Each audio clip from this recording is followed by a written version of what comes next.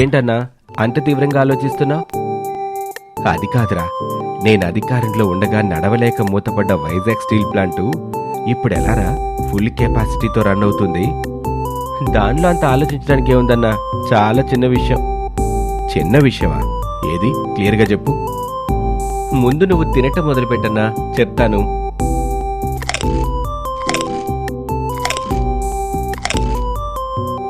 నా ఫుడ్ తినేస్తావా? నా చేతిలో చచ్చావరా నువ్వు.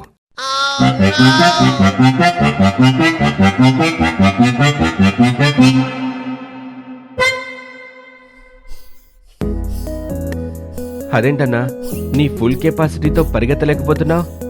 నీ అబ్బా, నాకొక్క ముద్ద పెట్టి నువ్వు మొత్తం ఫుడ్ తినేస్తే నేనెలా ఫుల్ కెపాసిటీతో పరిగెడతాను?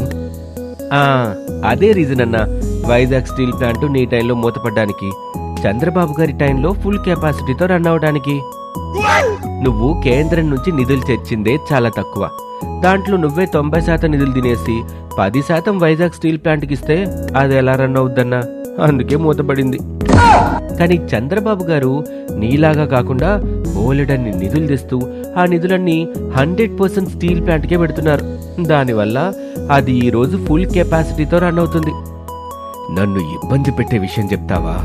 నిన్ను ఈ రోజు నుండి పనిలో నుంచి తీసేస్తున్నాను.